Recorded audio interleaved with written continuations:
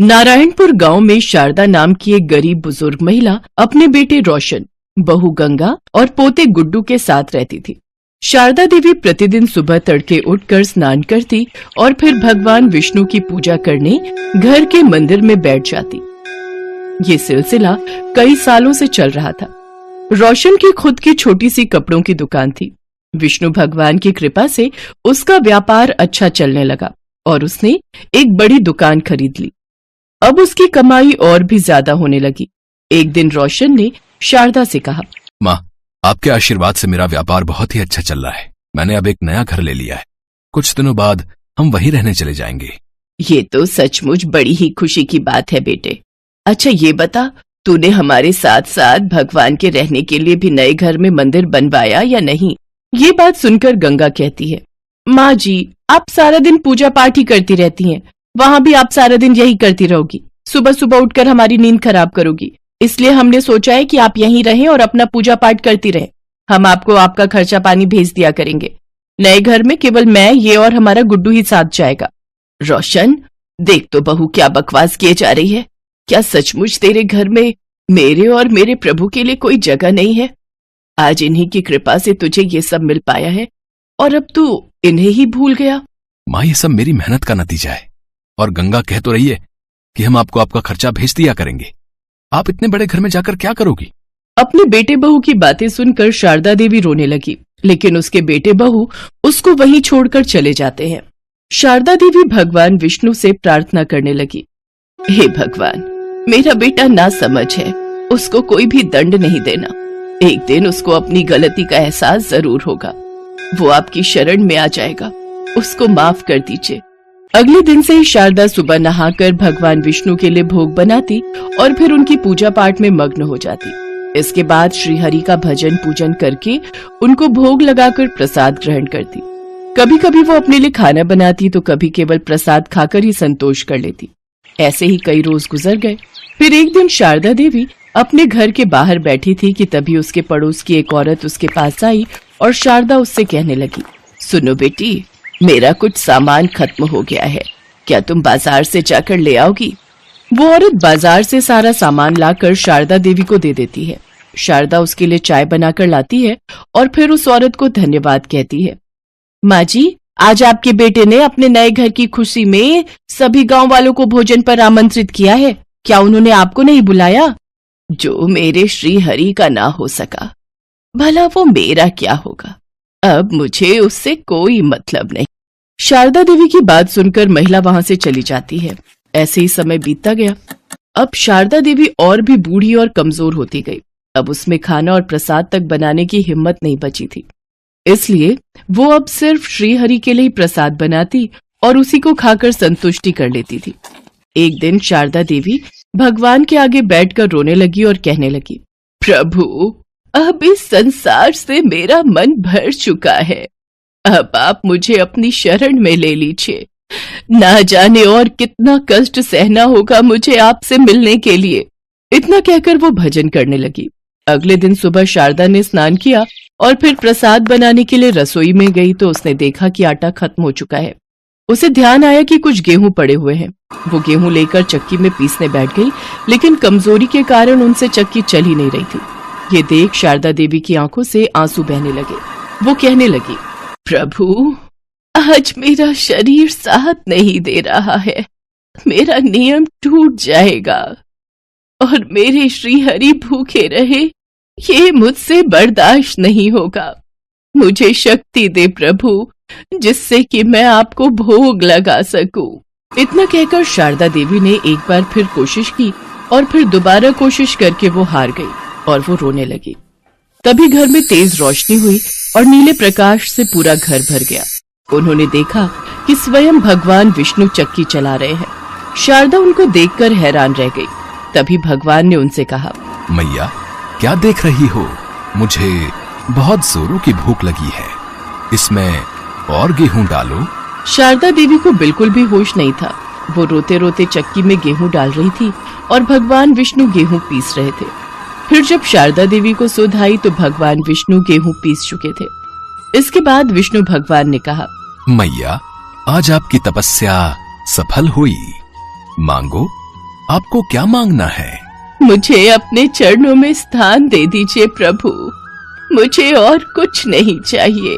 भगवान श्री हरि ने उन्हें आशीर्वाद दिया तो शारदा देवी पहले जैसी स्वस्थ हो गई।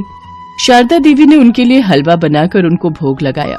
भगवान श्री हरि ने भोग खाया और कहा, मैया, मेरा पेट भर गया आपके भोग से। अभी आपका इस संसार में कुछ समय बाकी है, उसके बाद ही आपको स्वर्ग लोक की प्राप्ति होगी। आज से तुम्हें यहाँ कोई कष्ट नहीं होगा। इतना कहकर वो अंतर ध्यान हो गए। तभी उसका छोटा सा घर बड़े से महल में बदल गया और घर में धन धान्य के भंडार भर गए और भगवान की कृपा से उसके घर में नौकर चाकर काम करने लगे। विष्णु भगवान के बारे में सुनकर रोशन और गंगा रोते हुए आए और शारदा देवी के चरणों में गिर पड़े। शारदा देवी ने भी उन्हें माफ कर दिया। अब वे सभी साथ साथ रहकर भगवान विष्णु का गुणगान करने लगे।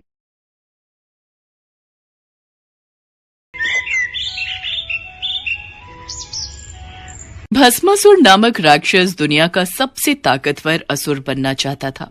एक बार जब भस्मासुर की भेंट नारद मुनि से हुई, तब उसने नारद मुनि से पूछा, हे वर्षि नारद, मैं पृथ्वी का सबसे शक्तिशाली प्राणी बनकर सभी पर शासन करना चाहता हूँ।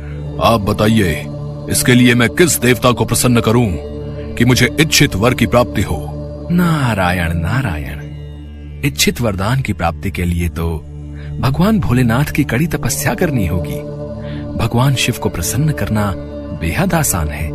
अगर कोई सच्चे मन और श्रद्धा के साथ उन्हें याद करता है तो वो बड़ी आसानी से उसे अपना बना लेते हैं और उसकी हर इच्छा को पूरा करते हैं। इसलिए भस्मासुर, तुम उनकी तपस्या करो तो अवश्य ही इच्छित वरदान प्राप्त कर सकते हो।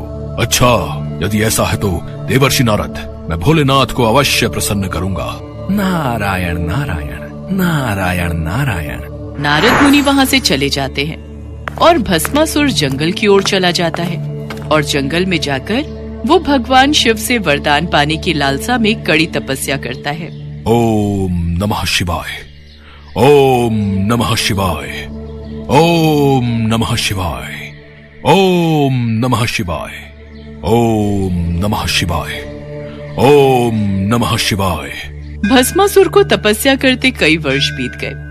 कठिन तपस्या के लिए किए जा रहे मंत्र उच्चारण की ध्वनि कैलाश पर्वत पर विराजमान भगवान शिव के कानों तक पहुंची और वे तपस्या में लीन भस्मासुर के पास पहुंचे।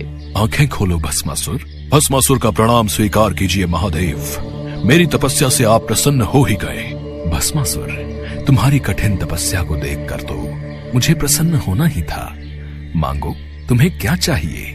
भस्मासुर ये जान गया था कि महादेव उसकी तपस्या से बहुत प्रसन्न हुए हैं। वो सोचने लगा कि वो किसी भी वरदान का हकदार है। भोलेनाथ, मुझे अमरता का वरदान चाहिए, अर्थात मैं हमेशा इस संसार में जीवित रहूं, मृत्यु भी मेरा कुछ ना बिगाड़ सके। भस्मासुर, ये वरदान मैं तुम्हें नहीं दे सकता, क्योंकि ये पूरी तरह से प्रकृति के नियम के खिलाफ है। जिसने भी इस संसार में जन्म लिया है, एक ना एक दिन उसकी मृत्यु निश्चित ही है। यदि आप मुझे अमरता का वरदान नहीं दे सकते तो मुझे ये वरदान दीजिए महादेव कि मैं जिस किसी के सिर पर अपना हाथ रखूं वो भस्म हो जाए। ठीक है भस्मासुर, मैं तुम्हें ये वरदान देता हूँ कि तुम जिस किसी के भी सर पर हाथ रखोगे वो भस्म हो जाएगा। भगवान शिव ने भस्मासुर को जो वरदान दिया वो उनके लिए स्वयं आफत बन गया। भोलेनाथ, आप कितने भोले हो। आपने ये वरदान देकर मुझे संसार में सबसे शक्तिशाली बना दिया। अब मैं किसी को भी भस्म कर सकता हूँ। क्यों ना सबसे पहले मैं आपको ही अपना शिकार बनाऊं। आपको भस्म करके मैं कैलाश पर राज्य करूंगा। भस्मासुर, रुको, लगता है वरदान मिलने से तुम्हें अहंकार हो गया है, इसलिए तुम्हारी बुद्धि फिर गई है। शिव जी अपने द्वारा दिए गए वरदान को वापस नहीं ले सकते थे। उन्होंने वहाँ से भागने में ही अपनी भलाई समझी, क्योंकि भस्मासुर तो मंद बुद्धि था। वो उस समय पागलों की अवस्था में कुछ भी अनहोनी कर सकता था। अब भगवान शिव पूरी तरह से फंस चुके थे। रुकिए महादेव, मुझे इस वरदान को सिद्ध तो करने दीजिए। रुकिए महादेव, रुकिए। अब मैं क्या करूं? भगवान शिव इसी असमंजस में थे कि वो इस समय किस तरह भस्मासुर से छुटकारा पा सकते हैं। तभी उन्हें भगवान विष्णु का ध्यान आया। वे भगवान विष्णु का स्मरण करने लगे। हे विष्णुदेव, मेरी रक्षा कीजिए, इस भस्मासुर से मुझे बचाइए, मैं संकट में हूँ। चिंता मत कीजिए महादेव, आपको कुछ नहीं होगा, आप इसी गुफा में रहिएगा, मैं भस्मासुर को आप तक नहीं पहुँचने दूंगा। भगवान शिव को आश्वासन देकर भगवान विष्णु भस्मासुर का रास्ता रोकने चले गए। भस्मासुर शिव जी को ढूंढ रहा था कि उसकी नजर एक बेहद खूबसूरत स्त्री पर पड़ी, जिसे देखकर भस्मासुर अपनी सुध-बुध खो बैठा। वो ये भी भूल गया कि वो शिव जी की तलाश में था। स्त्री, वो भी वन में अकेली, कितनी आकर्षक सुंदरी है ये। इससे पहले इतनी आकर्षक सुंदरी मैंने कभी नहीं देखी। सुनो, तुम्हारा नाम क्या है सुंदरी? मेरा नाम मोहिनी है। तुम्हारी सुंदरता को देखकर मैं मोहित हो गया हूँ। मोहिनी, अति सुंदर नाम। तुम इस घने वन में अकेली क्या कर रही हो? मैं वन के निकट अपने माता पिता के साथ रहती हूँ और यहाँ वन में पूजा के लिए फूल चुनने आई थी। मोहिनी, मेरा नाम भस्मासुर है, मैं सर्वशक्तिशाली हूँ। मैं तुम्हें अपनी रानी बनाना चाहता हूँ, क्या तुम मुझसे विवाह करोगी? भस्मासुर की बात सुनकर मोहिनी हंस पड़ी। उसने भस्मासुर से कहा, महाराज, मैं एक नृत्यांगना हूँ और सदैव से ही अपने विवाह हेतु ऐसे पुरुष की कामना करती थी जो स्वयं बेहतरीन नृत्य जानता हो। क्या आप नृत्य के बारे में जानते हैं? भस्मासुर ने अपने जीवन में कभी भी नृत्य नहीं किया था, लेकिन वो मोहिनी के कहने पर नृत्य करने के लिए भी तैयार हो गया। सुंदरी, मैं नृत्य करना जानता तो नहीं, पर अगर तुम नृत्य सिखाओगी तो मैं अवश्य कर लूंगा। आपकी प्रेम भरी बातें सुनकर अब तो मेरा भी मन आपसे विवाह करने के लिए विचलित हो रहा है। चलिए, मैं आपको नृत्य सिखाती हूँ। जैसे जैसे मैं नृत्य करूँगी वैसे वैसे आप करते जाना। ठीक है सुंदरी, तुम नृत्य प्रारंभ करो, मैं तुम्हारे साथ साथ करूँगा। मोहिनी नृत्य प्रारंभ करती है। भस्मासुर मोहिनी के कहे अनुसार उसकी तरह नाचने की कोशिश करने लगता है। मोहिनी अपना हाथ जब कमर पर रखती तो भस्मासुर भी अपना हाथ कमर पर रख लेता। मोहिनी अपने हाथों से मुद्राएं बनाती तो भस्मासुर भी हस्त मुद्राएं बनाने की कोशिश करता। कुछ देर तक मोहिनी और भस्मासुर का नृत्य चलता रहा। भस्मासुर नृत्य अभ्यास में पूरा डूब चुका था। नाचते नाचते मोहिनी ने अपने सिर पर हाथ रखा और उसकी देखा देखी भस्मासुर ने भी वही किया। भस्मासुर ये भूल गया कि स्वयं अपने सिर पर हाथ रखने से वो भी भस्म हो सकता है। स्त्री के प्रेम में आकर वो शिव का वरदान भूल गया, जो उसके लिए श्राप साबित हुआ। भस्मासुर का संहार करने के लिए स्वयं भगवान विष्णु ने मोहिनी अवतार धारण किया था। भगवान विष्णु फिर से अपने रूप में आ जाते हैं। भगवान शिव उनके समक्ष आते हैं। बचाओ, बचाओ! भस्मासुर, तुमने मेरे द्वारा दिए वरदान का दुरुपयोग किया, इसी कारण तुम्हारी ये दशा हुई। महादेव, आपका दिया वरदान सत्कर्म करने वाले लोगों के लिए तो फलदायी होता है, पर वरदान का दुरुपयोग करने वाले पापियों के लिए कभी फलदायी नहीं होता।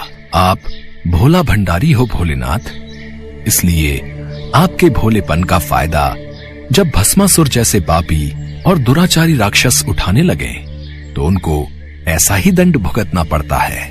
भस्मासुर को उसके पाप का दंड मिल गया, जिसके पश्चात भगवान शिव और भगवान विष्णु वहां से अंतर ध्यान हो गए।